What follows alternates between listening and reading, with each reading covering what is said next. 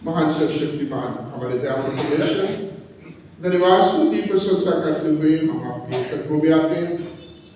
आपकी बनाइयों के लिए, उपकारों के लिए, आपकी आशीषों के लिए आपका धन्यवाद देते हैं कि आप अपने स्वर्गदूतों को हमारे निमित्त प्रभु आप उनकी ड्यूटी लगाते हैं, जो हमें हाथों हाथ उठा लेते हैं, जिससे पत्थर से हमें ठेस नहीं लगती। किसी प्रकार की हानि नुकसान से आप हमें बचा लेते हैं। अपने लोग की हड्डी हड्डी की रक्षा करते हैं।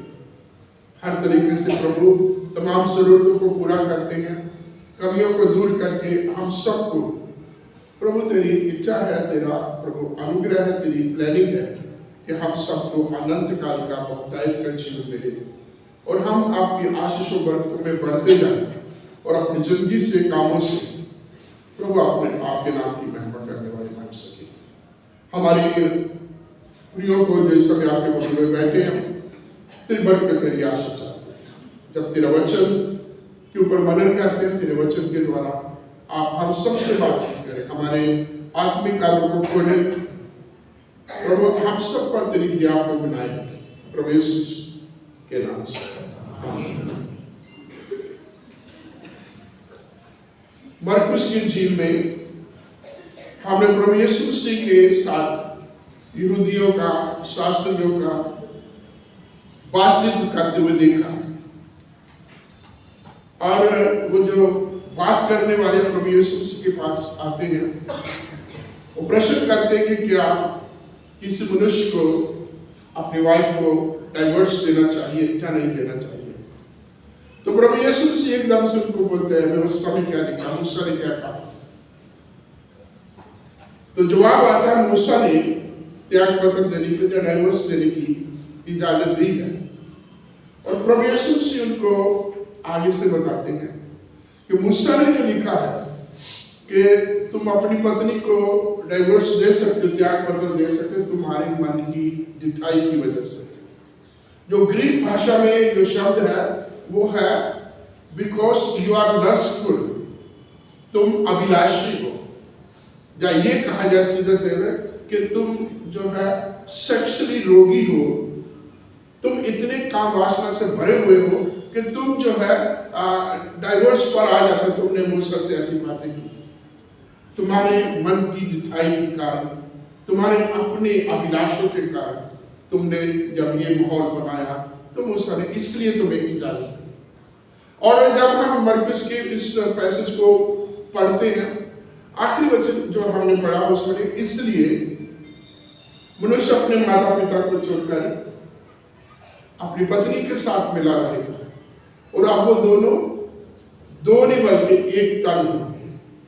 और इसमें भी मतलब अगर आप ग्रीक में जाएंगे तो इसमें भी बहुत गहराई के साथ जो है जो लिखा गया, जो इसका मतलब है, हम उसको इंडिया में कम से कम, हम अपने नॉर्थ इंडिया में हम इसको ओपनली नहीं बता सकते, पुलपट से नहीं बता सकते, ना सुनने वाले सुनते हैं ना हमने बता। उसमें तमाम चीजें इन्वॉल्व है, मेंटली, फिजिकली, जैसे हम सेक्सुअली कहते हैं, तमाम चीजें। अपनी पत्नी से मिला रहेगा और आपको दो नहीं बल्कि एक हो जाएंगे, टोटल वो एक दूसरे के साथ रहेंगे, जिसे बोलते हैं ना they will consume each other.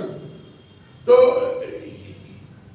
प्रभु ने कहा इसलिए मनुष्य अपने माता पिता से अलग हो जाएगा। अलग होने का मतलब कि उसकी प्राथमिकता भी माँ बाप के साथ थी, लेकिन जो अब है वो अपनी पत्नी के साथ रहेगा। रिस्पॉन्सिबिलिटी माँ बाप के प्रति, प्यार परिवार के प्रति वो वैसे की वैसे बनी रहेगी, लेकिन वो अपनी पत्नी के साथ मिले रहेगा, पत्नी के साथ उसका लगाव रहेगा, उसके प्रति उसकी जिम्मेवारी बनेगी। और इसलिए भी इसको जो है इब्रानियों की पत्रिका लेकर उसके 13वें अध्याय में 4थे वचन में कहता है कि शादी सब में आदर की बात मानी जाए और बिस्तर निष्कलंक हो, पवित्र हो। शादी सब में आदर की बात मानी जाए और बिस्तर पवित्र हो। हमारा जीवन जो है, हमारे जीवन में शादी जब हम करते हैं तो ये आदर की बात है, सब में आदर की बात है। ये कोई बुरी बात नहीं है कोई शादी करता है, लेकिन हमारा जीवन पवित्र हो। उसे बड़ा स्पेसिफिकली लिखा है हमारा विश्व पवित्र हो। क्योंकि फिर हम वापस उत्पत्ति में जाएंगे जो हमारे बीच में पढ़ा गया, पहला और दूसरा चैप्टर। परमेश्वर ने इसको इनिशिएट किया। ये परमेश्वर की ओर से एक डिवाइन इंस्टीट्यूट है। ये मनुष्यों के द्वारा बनाई नहीं है, क्योंकि जब परमेश्वर ने पूरी सृष्टि की रचना की, आदम को मिट्टी से बनाया और बनाने के बाद जब आपने आदम को अकेला देखा तो परमेश्वर का वचन कहता है उत्पत्ति 2:18 से आगे जो पढ़ते हैं कि मनुष्य का अकेला रहना ठीक नहीं है। इसलिए परमेश्वर ने उस गहरी नींद में सुलाकर उसकी एक पसली निकाल कर उससे औरत को बनाया। और जब आदम के सामने उस नारी को लाया गया, औरत को, हवा को लाया गया, तो आदम कहता है कि ये मेरी हड्डियों में से की हड्डी है और मांस में का मांस। और उसको देखकर के अभी परमेश्वर ने आदम का अकेला रहना अच्छा नहीं है। और जब परमेश्वर ने आदम और हवा को एक साथ देखा तो परमेश्वर का बहुत अच्छा है। इसलिए परमेश्वर का वचन आगे कहता है कि मनुष्य अपने माता पिता को छोड़कर अपनी पत्नी के साथ मिला रहेगा और वो दो नहीं बल्कि एक होंगे। और इस चीज को आगे हम पतरस की पत्री में पढ़ते हैं। यहाँ आज क्योंकि जो है फैमिली संडे जिसे आज के थीम में है कि परमेश्वर के man and women to be joint heir of God's blessing. प्रभु के तमाम आशीष वर्गों के लिए उसकी वाइस के होने के लिए प्रभु ने आदमी औरत बनाया ताकि परमेश्वर की आशीष के बराबर हिस्सेदार बने। पतरस कहता है पहली पत्री 3 अध्याय पहले वचन से 7 वचन तक हमने पढ़ा, हे पत्नियों अपने पति के अधीन रहो। पढ़ेंगे पहला वचन, हे पत्नियों तुम भी अपने पति के अधीन रहो। दोबारा पढ़िए, हे पत्नियों तुम भी बस क्या है, हे पत्नियों तुम भी अपने पति के अधीन रहो। अभी देखिए यहाँ पत्नियों के साथ मिलकर तुम भी, इससे पहले कुछ लोगों का है। और इफिसियों की पत्री उसमें जो है बच्चों का, उसमें घर के नौकरों का, घर के मालिकों का एक दूसरे के प्रति, एक दूसरे के साथ रिलेशन की बात की है। इसमें भी अब आप दूसरे अध्याय में, पहले अध्याय में, तीसरे अध्याय में आप देखेंगे, 3 अध्याय के 8 वचन में देखेंगे तो अलग अलग जगहों पर जो है हमें एक दूसरे के साथ जो है अधीनगी की बात है। प्रभु में एक दूसरे के साथ अधीन रहना। और वचन में लिखा तुम भी, जैसे नौकर अपने स्वामी के, जैसे मालिक जो है अपने घरों में एक दूसरे के साथ जो है अधीन रहते हैं, उनके साथ मेल मिलाप से, प्यार से रहते हैं। इसलिए पत्नियों तुम भी अपने पति के अधीन रहो। इफिसियों की पत्री का लेखक कहता है हे पत्नियों तुम भी अपने पति के ऐसे अधीन रहो जैसे कलीसिया मसीह के अधीन। तो यहाँ 3 चीजें हैं पतरस की पत्री देखिए। 6 वचन है, पहले 1 से 6 वचन है जो पत्नियों के लिए लिखा, और 7वां वचन जब पढ़ेंगे तो लिखा, पर 7 वचन पढ़ेंगे। पहला वचन दोबारा से पढ़े, वैसे ही हे पतियों तुम भी अपनी पत्नी से ऐसे प्रेम करो, है ना। तो क्या है, पहले जो अलग अलग लोगों का जिक्र है इन पत्रियों में, और उसके बाद पत्नी का जिक्र है। और जब पति की बात आती तो प्रभु वैसे ही जैसे पत्नी, वैसे ही जैसे नौकर, वैसे ही जैसे नौकरानी, वैसे ही जैसे बच्चे अधीनगी में रहते हैं, हे पतियों वैसे ही लाइकवाइज वैसे ही तुम भी अपनी पत्नी से प्रेम करो। तो पहला जो है पत्नी के लिए लिखा गया, पहले 1 to 6 वचन पत्नी के लिए लिखे हैं। इसमें 3 चीजें हैं पत्नी के लिए, अपने पति के अधीन रहने के लिए उसका बिहेवियर और उसकी ब्यूटी और उसका बिलीफ। अब पढ़ेंगे इसमें तो लिखा है पहला वचन, हे पत्नियों अपने पति के अधीन रहो। और उसके बाद क्या है, तुम्हारा श्रृंगार, तुम्हारा कपड़े पहनना, तुम्हारा एक दूसरे के साथ मेल मिलाप। और 3 चीजें, हमारा बिहेवियर कैसा होना चाहिए, क्योंकि लिखा है कि अपने पत्नी पति के अधीन रहो, क्योंकि इनमें यदि कुछ ऐसे हो जो प्रभु के वचन को नहीं मानते, जो विश्वास नहीं करते, तुम्हारे अच्छे चाल चलन के द्वारा, तुम्हारे अच्छे स्वभाव के द्वारा, तुम्हारे अच्छे कामों के द्वारा वो प्रभु के वचन की तरफ आ सकते हैं, प्रभु की तरफ खींच सकते हैं बिहेवियर। और तुम्हारा आगे जो है, तुम्हारा जो है सजना संवारना, बहुमूल्य गहने नहीं, वस्त्र नहीं, इधर ऐसे वैसे नहीं, तुम्हारा अंदर का छिपा हुआ मनुष्य, तुम्हारी सुंदरता, जो हम ब्यूटी एड से नहीं बल्कि हमारे स्वभाव से, हमारे अच्छे चरित्र के द्वारा जो है हम अपने पति को आकर्षित कर सकते हैं। और तीसरा तुम्हारा बुद्धि, वो उसमें पुराने नियम की औरतों के बारे में जिक्र किया गया है, स्पेसिफिकली सारा के बारे में, कि सारा भी अब्राहम के अधीन थी और उसको वो स्वामी कहते हैं, है ना। जैसे देखो कितनी अधीन की थी कि दोनों मिलकर के एक दूसरे से बात करते थे, दोनों मिलकर के एक दूसरे के फैसले, हजरा को लेना है, दोनों का मिलकर फैसला था, हजरा को छोड़ना है, दोनों को मिलकर के फैसला था, इस्माइल को छोड़ना है, बलिदान करना है, दोनों को एक दूसरे के साथ किस प्रकार से वो एक दूसरे के साथ थे, एक दूसरे के साथ वो किस प्रकार से मिले हुए थे। तो पत्नियों अपने पति के अधीन रहो, ऐसे जिस प्रकार कलीसिया मसीह के अधीन है। 7वें वचन में आएंगे, इस प्रकार हे पतियों, इसी प्रकार या हे पतियों अपनी पत्नी से प्रेम करो। और इफिसियों की पत्री वाले का लेकर थोड़ा इसको और थोड़ा सा अच्छे तरीके से बताता है कि अपनी पत्नी से ऐसे प्रेम करो जैसे अपने देह से, अपने तन से, अपनी बॉडी से जिस प्रकार प्यार करते हो, ऐसे प्रेम करो जैसे मसीह ने कलीसिया के साथ किया है ना। पहले ऐसे प्रेम करो जैसे मसीह ने कलीसिया के साथ किया है, ऐसे अपनी पत्नी से प्रेम करो जैसे कोई अपने तन से प्रेम, अपनी बॉडी से प्रेम करता है। क्योंकि वचन में इफिसियों की पत्री का लेख कहता, क्योंकि कभी किसी ने अपने देह को बिगाड़ा नहीं है, उसका नुकसान नहीं किया, बल्कि उसको पालता पोषता है, उसको संभालता है, उसको चोट लगती है, उसको बीमारी आती है, उसको जो गंदा होता साफ करता है, ट्रीटमेंट लेता है, तमाम चीजों को उसको पाल स्वस्थ रखता है। और पत्नी आपके जीवन काल में उसकी भी देखभाल करना, उसको भी पूरी रीति से जो है अपने शरीर की तरह उसकी संभाल करना, ये पति का जो है ये है। और पतरस कहता है कि 3 वजह बताता है कि तुम्हें अपनी पत्नी से क्यों प्यार करना है। पढ़ेंगे 3:7।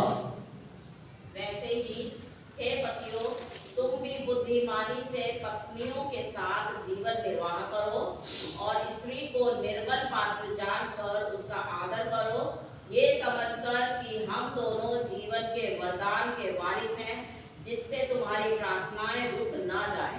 पहली चीज यहाँ वचन में लिखा है, हे पत्नियों वैसे ही तुम भी अपनी बुद्धिमानी के साथ अपनी पत्नियों के साथ जीवन निर्वाह करो, स्त्री को निर्बल पात्र जानकर समझदारी से उसका आदर करो, ये संस्कार के दोनों जीवन के वरदान के वारिस हैं, जिससे तुम्हारी प्रार्थना रुक ना जाए। पहली चीज, पत्नी को निर्बल पात्र जानना है। पत्नी औरत वीक है, और आज के युग में ये कहना जो थोड़ा मुश्किल हो जाता है, क्योंकि आज की नारी वो अबला नारी नहीं है, वो वाली जो हमारे पुराने लेखक कहते हैं अबला नारी है, मुंशी प्रेमचंद जैसे लोग, वो वाली नहीं है। आज की नारी किसी आदमी से कम नहीं है, कंधे से कंधा कहते मिला के चलती है, किसी भी तरीके से कम नहीं है। जो आदमियों ने उपलब्धि पाई है उससे ज्यादा भी औरतों ने पाई है। मैं करनाल में था, एक शादी में वचन दे रहा था, तो ये वचन मैंने जो है पति के लिए बोला, हस्बैंड के लिए बोला, दूल्हे के लिए, कि जो है पत्नी को निर्बल पात्र जानकर उसके साथ बुद्धिमानी से निर्वाह करो। शादी पूरी होगी, उसके बाद एक लेडी मेरी टीचर थी, मुझे कहती आपसे बात करनी है। तो मुझे बड़ी अच्छा लगा कि मेरे से अभी जो बात होगी आज के वचन के ऊपर बात होगी। तो मैं जब शादी खत्म सारे इधर उधर चर्च में साइड में खड़ी हुई तो मैं कहा हाँ जी। तो 3-4 थी एकदम आपने कैसे कह दिया कि औरतें कमजोर है। तो बड़े तरीके से बड़ी देर तक उनको जस्टिफाई उनको क्लैरिफाई करना पड़ा। तो कहने का मतलब आज के युग में ये कहना कि औरतें कमजोर है, खास करके जो प्रीचर है या पास्टर है उसके लिए बड़ी दिक्कत है क्लैरिफिकेशन देना। लेकिन कुछ चीजें जनरली आप देखेंगे, जनरली जिसको हर कोई एक्सेप्ट करेगा, औरत भी करेगा, फिजिकली औरत कमजोर है। जैसे हम ताकत की बात करते हैं तो औरत कमजोर है। कई तरीके से टर्मिनोलॉजी यूज की जाती है। तो औरत शारीरिक तौर पर आदमी से कमजोर है। दूसरी एक जो फिजिकली, और दूसरी चीज है जो बड़ी जनरल चीज है पोजेशन, जो धन संपत्ति के तौर पर भी औरत कमजोर है। आदमी उससे जो है तमाम चीजों में उससे अच्छा है। ताकत की बात करें, मसल पावर की बात करें, या दुनियावी जो धन संपत्ति की बात करें, तो मोस्टली प्राय जनरल जो है, जनरल जो बात है, आदमी उससे ताकतवर है। और प्रभु का वचन कहता है हे पतियों, स्त्री को कमजोर पात्र जानकर बुद्धिमानी के साथ निर्वाह, यानी समझदारी के साथ ये समझना है कि वो कमजोर है, इमोशनली, फिजिकली, तमाम चीजों से कमजोर है। तमाम चीजों में हमने उसका ध्यान रखना है। और दूसरी चीज, पहली चीज कि हे पतियों बुद्धिमानी के साथ जो है कमजोर मान। दूसरी चीज क्योंकि दोनों ही परमेश्वर की आशीष के वरदान के भागीदार, दोनों बराबर है। परमेश्वर की जब आशीष आती है कि ये देखो कि पहली चीज कि वो कमजोर है, दूसरी दोनों बराबर परमेश्वर ने तमाम, क्योंकि उसका भी वही प्रभु है, मेरा भी वही प्रभु है।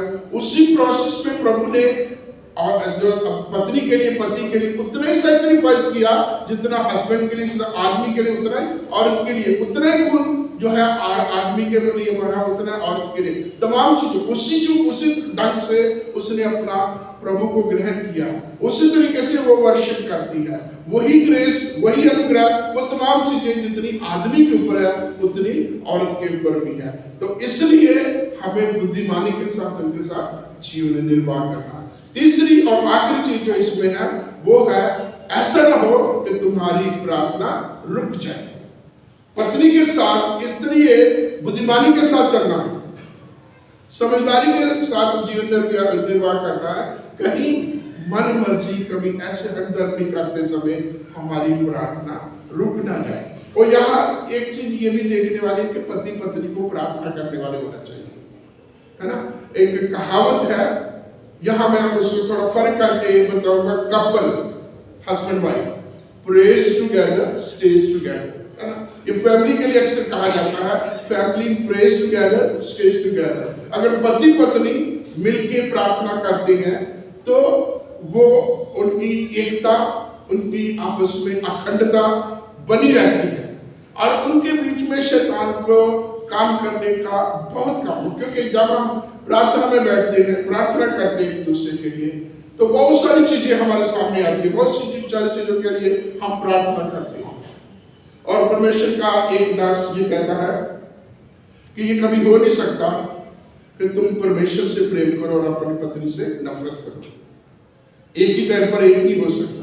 उसे कई तरीके से लिया जा सकता है कि यदि हम परमेश्वर से प्रेम करते हैं तो हम अपने साथियों से, अपने को बिलीवर्स के साथ, अपनी पत्नी के साथ, बच्चों के साथ उतना ही प्यार करेंगे। जो परमेश्वर से प्रेम करेगा वो, जब परमेश्वर का सच्चा प्रेम उसकी जिंदगी में, उसके दिल में है, तो कभी भी किसी भी आदमी के साथ नफरत नहीं करेगा। माहौल बनते हैं, माहौल तमाम चीजें बनती बिगड़ती हैं, लेकिन वो अपनी उस जो है चट्टान की तरह उस विश्वास पर, उस प्रेम पर वो दृढ़ बना चाहेगा। पहली चीज, पतियों अपनी पत्नी के साथ बुद्धिमानी से निर्वाह करो, क्योंकि वो कमजोर पात्र है, जीवन के वरदान के बराबर वारिस है, और तीसरा कहीं ऐसा न कि तुम्हारी प्रार्थना रुक जाए। अभी इफिसियों की पत्री का लेखक कहता है अपनी पत्नी से प्रेम करो। पतरस ने भी यही कहा।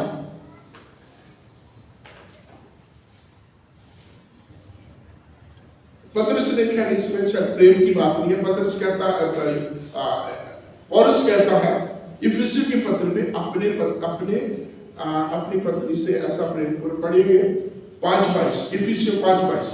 हे पत्नियों, अपने अपने पति के ऐसे अधीन रहो जैसे प्रभु के। आगे। क्योंकि पति पत्नी का सिर है, जैसे कि मसीह कलीसिया का सिर है, और स्वयं ही देह का उद्धार करता है। पर जैसे कलीसिया मसीह के अधीन है, वैसे ही पत्नियां भी हर बात में अपने अपने पति के अधीन रहे।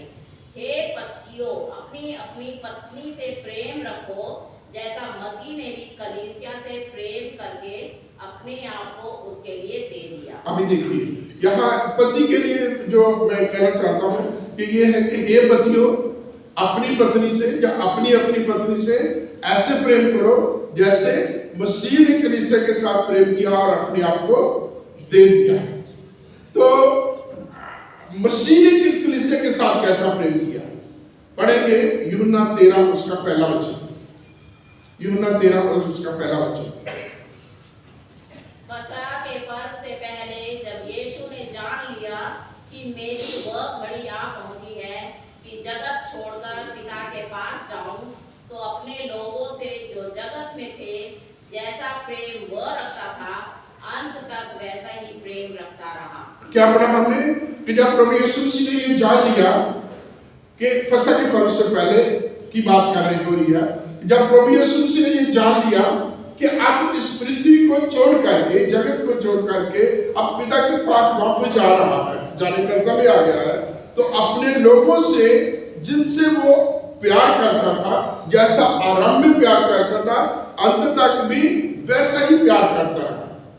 तो पति से कहा गया है, हे पतियों, अपनी पत्नी से ऐसा प्रेम करो जैसे मसीह ने कलीसिया के साथ प्रेम किया।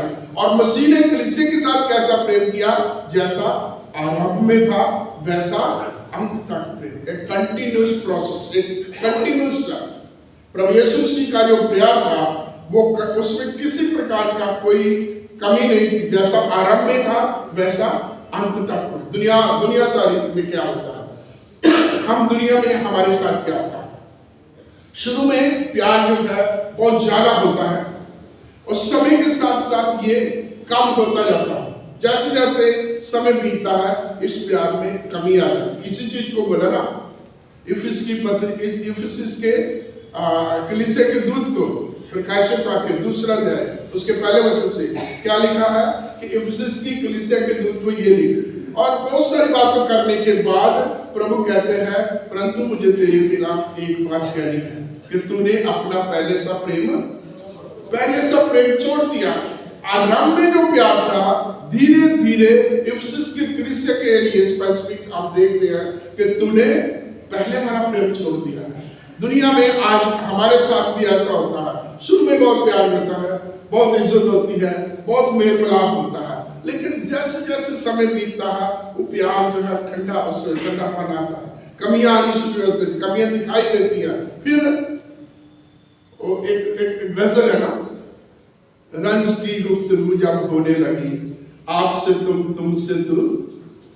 तुमसे तू होने लगी, तो ऐसे होता है। फिर तो जो है जो कुछ मर्जी भी कहा जाए, देयर इज नो लिमिट। जैसा मर्जी शब्द किसी ने इस्तेमाल किया, देयर इज नो लिमिट। किसको कितना ह्यूमिलेट करना है, कितना विरोध करना है, देयर इज नो लिमिट। लेकिन प्रभु का वचन कहता है, प्रभु ने कलीसिया के साथ ऐसा प्रेम किया जैसे वो आरंभ में था, जैसे आरंभ में उसने प्यार किया, ऐसा अंत तक वो प्रेम करता रहा। इसमें मैं अक्सर, आप लोग भी जानते हैं, जब शादी किसी की पढ़ता तो ये वचन बोला जाता है। और मैं अक्सर एक जो है उदाहरण देता हूं, एथलेटिक जब एक रेस होती है तो उस एथलेटिक इवेंट में होता है कि जैसे ही रेस शुरू होती है और रेस में कुछ ऐसे एथलीट होते हैं जो शुरू में सबसे आगे होते हैं, वो जैसे जैसे रेस बढ़ती जाती है, वो एथलीट जो सबसे आगे था वो धीरे धीरे पीछे आना शुरू हो जाता है। और कई बार तो उसकी जो रेस खत्म होती है वो आरंभ में सबसे आगे था, और जब रेस खत्म होती है सबसे पीछे था। जब पीछे नहीं तो वो बीच में आ जाता है। एक तो लग रहा था कि ये फर्स्ट आ रहा है, बीच में वो फर्स्ट सेकंड थर्ड भी नहीं आता, वो कंसोलेशन भी नहीं उसके पास रहता, वो बीच में रह जाता, इनाम से कहीं दूर रह जाता है। और एक कहावत में, it's not important how you start, the important thing how you accomplish. ये सबसे बड़ी बात है कि हम तो कर लेते हैं, लेकिन क्या होता है जब आगे समय बढ़ता है, बहुत सारी चीजें हो जाती हैं, तो वो प्यार कहाँ चला जाता है। पति और पत्नी के बीच में भी ऐसा शुरू में जब कोर्टशिप के दिन होते हैं, एंगेजमेंट आ जाती है, और एंगेजमेंट के बाद आगे दिन बढ़ते हैं, मुलाकातें होती हैं, शादी हो जाती है, और वही व्यक्ति एक दिन जो है बड़ा स्पाइडरमैन होता है और चल के वो सुपरमैन हो जाता है। शादी आती है, बच्चों के तमाम चीजों के लिए वो वॉचमैन बन जाता है, और एक दिन चलते चलते वही आदमी वॉचमैन से अब डॉबरमैन बन जाता है। तो ये एक हमारा दुनिया का प्यार है। शुरू में बड़ी अच्छी लड़की मिली, बहुत अच्छा जीवन साथी मिला, हम खुदा का भी धन्यवाद देते हैं, दुनिया को बड़ी तारीफ, बहुत अच्छा प्यार मिला, बहुत अच्छा परिवार मिला। लड़का जो है उसके जैसा है ही नहीं, लड़की जो बहू आई है उसके जैसी कोई लड़की नहीं है, सबसे अच्छी तारीफ के पुल बांधे जाते हैं। ऐसे और जगहों पर भी और फील्ड में भी जब हमारे जिंदगी में लोग जुड़ते हैं तो अभी तक से ये अलग व्यक्ति है, लेकिन जैसे आगे समय बढ़ता जाता है वो लोग जो है जिनको हम कभी बहुत अच्छा सबसे अच्छा मानते थे, वो धीरे धीरे धीरे धीरे कमी आनी चाहता है। और जो लड़की लाखों में एक थी, अब उससे बात करने को दिल नहीं करता। वो बेचारी जब हमें कॉल करती है तो हम उसका फोन नहीं उठाते, और जब ये कहा जाता है मैंने फोन किया तो आपने फोन नहीं, क्या आपने किया था फोन? एकदम से हम ड्रामा करते हैं, दिखाते हैं तेरी तो कॉल ही नहीं है, क्योंकि इसमें है ही नहीं, है ना। जिसको हमने देखा, आपने भी देखा है। आजकल क्या होता है, मैं हमारे बच्चों की, मेरे भतीजों वगैरह की जब शादी हो रही थी तो रात के 2-2 बजे तक बैठे हैं, लेटे हैं, इधर उधर जा रहे हैं, कॉल पे लगे होते हैं। तो मैं उनको बड़े दिहाड़ीदार लगे हुए हैं, ऐसे मजाक में कहता लग गए, आगे दिहाड़ीदार शुरू हो गए। तो वही जिसके साथ हम 4-4 घंटे लगातार जो है बात कर रहे हैं, हमारी बात नहीं टूट रही, माँ बाप कह रहे हैं, घर वाले कह रहे हैं बेटा खाना तो खा ले, अभी खाता, बात नहीं टूट रही। जिसके साथ बात करना इतना अच्छा लग रहा है, और वक्त आता है वो बेचारी घर में बैठी हुई पता नहीं क्या कर रही है, वो कॉल कर रही है तो कॉल नहीं उठाते, है ना। और जब हम घर वापस आते हैं तो जब कुछ कहते हैं तो फिर कई तरीके के एक्सक्यूज दे देते हैं। मैं कहता हूँ मैं तो बाइक चला रहा था, सुनाई नहीं दिया, एक बड़ा मेरा लेम एक्सक्यूज होता है, सारी बातें छिप जाती हैं। तो कहने का मतलब है कि आरंभ में प्यार ऐसा होता है, और आखिर में चलते समय की मांग के साथ वो प्यार ठंडा होता रहता है। प्रभु यीशु मसीह के प्यार में कुछ कमी नहीं थी। प्रभु यीशु मसीह का जैसे आरंभ में, तो मैं नहीं बोलता, देखो यूहन्ना 13 अध्याय उसका पहला वचन कहता कि जैसे वो आरंभ में प्यार करता था वैसे अंत तक प्यार करता रहा। और यीशु मसीह हमारे रोल होना है, हमें यीशु मसीह का स्वभाव के अनुसार होना है। तो मुझे आपको पहले अपने प्यार के परिवार के साथ, अपने बच्चों के साथ, अपने समाज सोसाइटी चर्च में एक दूसरे के साथ हमारा प्यार मसीह के प्यार की तरह होना है ना। फिलिपियों 2:5 कहता तुम्हारा स्वभाव मसीह का स्वभाव होना है। तो हमारा प्यार जो है मसीह के प्यार जैसा आरंभ में था, शुरू में था, वैसा प्यार करना है। और फिर प्रभु यीशु मसीह के प्यार में क्या है, it was a knowingly love. ये बड़ी बात है जो मैं और आप आज हमारे इस समाज के लोग जो है जिसको अडॉप्ट नहीं, एक्सेप्ट नहीं कर सकते। It was a knowingly love. एक कहावत है ना, प्यार अंधा होता है ना, प्यार अंधा होता है। गीत हैं, फिल्में हैं, कि बहुत कुछ है, कथा कहानी है इसको, प्यार अंधा होता है। लेकिन आप बाइबल पढ़ेंगे तो प्रभु यीशु मसीह का प्यार अंधा नहीं था। It was not a blind love. प्रभु यीशु मसीह का प्यार it was a knowingly love. प्रभु यीशु मसीह जानते थे, सबको जानते थे, हर एक्टिविटी, हर इंसिडेंट जो हो चुका था, होएगा, होने वाला है, हर सब चीजों को जानते थे। उसको पता था यहूदा इस्करियोती के बारे में पतरस के बारे में 3 बार इनकार करेगा, चेलों के बारे में भाग जाएंगे, सारे छोड़ के अकेला चले जाएंगे। पतरस ने जब ये कहा कि प्रभु ने जब ये कहा कि सारे छोड़ देंगे, मुझे पकड़ा जाएगा, तो पतरस कहता प्रभु सारे छोड़ देंगे, लेकिन जब मैं जान भी दे दूंगा मैं तुझे नहीं छोड़ूंगा। तो एक तरीके से प्रभु यीशु से बैठ जाएगा, यही कहा अपना बैठ जा, इससे पहले कि मुर्गा भाग देगा तो 3 बार मेरा इनकार कर चुका होगा। तो प्रभु यीशु मसीह को पता था पतरस के बारे में, प्रभु यीशु मसीह को पता, तभी तो कहा ना कि तुम सारे के सारे पवित्र परंतु सब नहीं, क्योंकि तुम में से एक है जिसने प्याले में कटोरे में मेरे साथ हाथ डाला है, वो है जो मुझे पकड़ाएगा। सारे एक दूसरे को पूछने लगे, क्लैरिफिकेशन देने, प्रभु मैं हूं, प्रभु मैं हूं, प्रभु मैं हूं। और जब इस्करियोती यहूदा कहता है, प्रभु ने कहा तूने जो कहना था तो कह दिया। तो कहने का मतलब प्रभु को पता था यहूदा इस्करियोती क्या करेगा, प्रभु को पता था पतरस 3 बार इनकार करेगा, चले छोड़ के चले जाएंगे। प्रभु को पता है कि जो पाम संडे वाले दिन होशाना के नारे लगा रहे हैं, वही गुड फ्राइडे अगले दिन वो यही कहेंगे इसे सलीब पर चढ़ाओ। सबके बारे में पता था, लेकिन प्रभु यीशु मसीह ने प्यार नहीं किया। जैसा आरंभ में था वैसा प्यार करता। कैसे पता चलता है? सलीब के ऊपर टंगे हुए हैं। पहला वचन क्या है? इनको माफ कर दे क्योंकि ये नहीं जानती ये क्या कर रहे हैं। प्यार का दूसरा, यहाँ प्रभु यीशु मसीह प्यार की जो है एक बता रहे हैं, सबूत दे रहे हैं, उनके लिए दुआ कर रहे हैं। और उस प्यार का आगे जो है सबूत एक और मिल रहा है कि जब वो तमाम दुनिया भर में पाप डकैती करने वाला डाकू जब कहता है कि जब तू अपने राज में जाए मुझे याद करना, तो प्रभु यीशु मसीह ने क्या कहा? आज ही तो मेरे साथ स्वर्गलोक में। मैं होता तो क्या होता? ये कॉन्स्टिट्यूशन ये कहता है ना, काले कानून क्या कहते हैं, तेरे काम ये कहते हैं, इसी के बेस पर तेरे को आगे तेरा निर्णय ले लिया जाएगा। लेकिन प्रभु यीशु मसीह ने ऐसा नहीं कहा। जैसे ही उस डाकू ने प्रभु यीशु मसीह के सामने अपने आप को समर्पित किया, हे प्रभु जब तू अपने राज्य में जाएगा मुझे याद करना, तो प्रभु यीशु मसीह ने कोई इफ वर्ड कुछ नहीं लगाया, सिर्फ ये कहा आज ही तू मेरे साथ स्वर्गलोक में। तो प्रभु यीशु मसीह का प्यार देखिए, इट वाज अ नोइंगली, प्रभु यीशु मसीह को पता था कि ये प्यार कैसा है, माना ये लोग कैसे हैं, इनका बिहेवियर कैसा होगा, इनका मेरे साथ कैसा, किस प्रकार से ये डील करेंगे। लेकिन प्रभु यीशु मसीह इन तमाम चीजों के बावजूद भी उनके साथ प्यार करता है। आप देखिए आज मेरे साथ, आपके साथ, हम में से किसी के साथ भी ये पता चले कि हमारा जीवन साथी, हमारा दोस्त, हमारा परम मित्र, जिसके साथ हम बहुत अच्छे तरीके से चल रहे हैं, उसके दिल में खोट है, वो मेरी शादी के खिलाफ बोलता है, वो इस प्रकार से कहता है उसने ये कर दिया, उसका ये, तो हम क्या करते हैं? हम कंप्लेनिंग शुरू करते हैं, हम उसके बाद जो है कई प्रकार की बातें करते हैं और एंड अप कहाँ करते हैं? हमारा रिलेशन जो बहुत ही मधुर होता है वो कड़वाहट में बदल जाता है, प्यार वाला वो रिश्ता, दोस्ती का रिश्ता दुश्मनी में बदल जाता है, टूट जाते हैं रिश्ते। लेकिन यहाँ प्रभु यीशु मसीह को पता था, यहाँ प्रभु यीशु मसीह को पता था।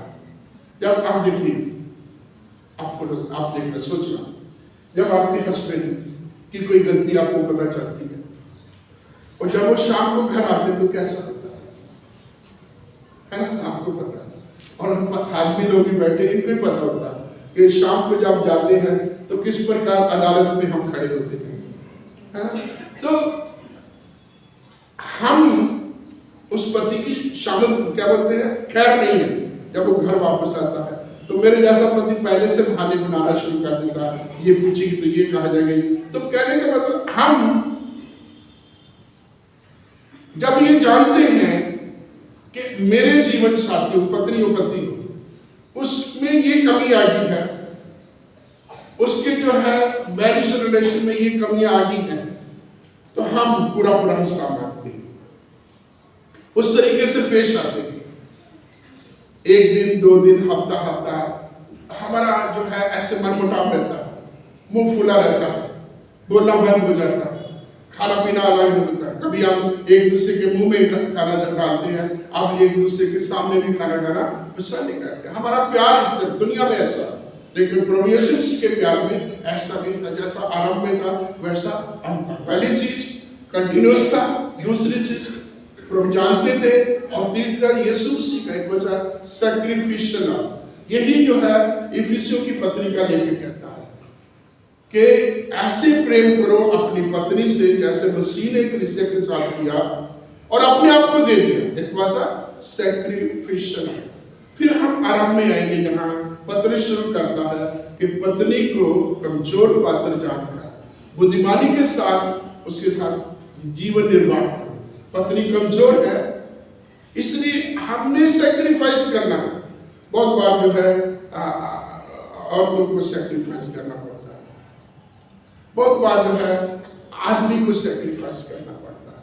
और ये बहुत अच्छी बात है, हम एक दूसरे को समझे, एक दूसरे के साथ जो इस प्रकार से जीवन निर्वाह करें, एक दूसरे की कमी घटी कमजोरी को दूर करें। जब हम शादी का सम्मान देता तो मैं पहले यही कहता, एक दूसरे को समझना है, एक दूसरे की लाइकिंग डिसलाइकिंग समझनी है, एक दूसरे की हैबिट्स को समझना है, और उन्हीं चीजों के साथ हम एक दूसरे के साथ आगे जीवन निर्वाह करना है। क्योंकि वो एक कहावत है कि ये कोई बर्तन नहीं, हम कल जाके बाजार में इसको चेंज कर लेंगे। ये जीवन भर एक पुरुष एक स्त्री का जीवन भर में एक संबंध है। और आज की समय बहुत चीजें बदल गई है, लेकिन प्रभु कभी नहीं बदला, प्रभु का वचन कभी नहीं बदला, और उसकी आज्ञा भी मेरे और आपके लिए, पति और पत्नी के लिए कभी नहीं बदली। वो यही है कि पतियों अपनी पत्नी से ऐसे प्रेम करो जैसे अपनी देह के साथ प्रेम करते हो, ऐसे प्रेम करो जैसे मसीह कलीसिया के साथ प्रेम करता है। और हे पत्नियों, अपने पति के ऐसे अधीन रहो जैसे कलीसिया मसीह के अधीन है। आई प्रार्थना। महान सर्वशक्तिमान हमारे दयावान परमेश्वर, प्रभु यीशु मसीह के नाम में हम आपके कदमों में आते हैं। आज के इस समय के लिए, इस मंडली के लिए, हमारे इन तमाम विवाहता भाई बहनों के लिए, प्रभु इन पति पत्नियों के लिए हम आपका धन्यवाद देते हैं। इनके विवाहता जीवन पर, पति पत्नी के आपसी संबंधों पर आपकी बहुतायत की बरकत, आपकी आशीष बन रहे। आप पिता परमेश्वर इनके रिश्तों को मधुर बनाए, कमियों को दूर करें, एक दूसरे की संगति सहायता संभाल में, परस्पर बुद्धिमानी के साथ जीवन निर्वाह करने में सबकी मदद करें। और जो कमियां हैं उनको दूर करने के लिए आप अपने आत्मा से, अपने वचन से इनका मार्गदर्शन करें। आज के वचनों के लिए बड़े सीधे सरल तरीके से तेरे बच्चों के साथ शेयर किया गया है। इनको हम और मनन करके पिता तेरी मधुर प्यारी वाणी को सुने, समझे और इनमें बने रहे। इस प्रार्थना को सुने हमारे प्रभु और उद्धारकर्ता मसीह यीशु के पवित्र नाम में।